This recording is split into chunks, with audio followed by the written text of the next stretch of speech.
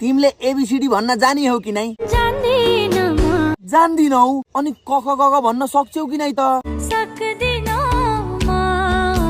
ए तिमीले त एबीसीडी भन्न पनि नजान्नी रहेछौ, क ख ग घ भन्न पनि नसक्नी रहेछौ। भविष्यमा के हुन मन छ तिमीलाई? तिम्रै हुन मन छ मलाई। मेरो हुन मन छ अरे?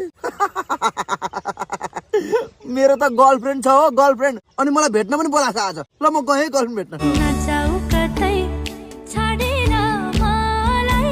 किन? सक्दिन म एक्लै जिउनलाई।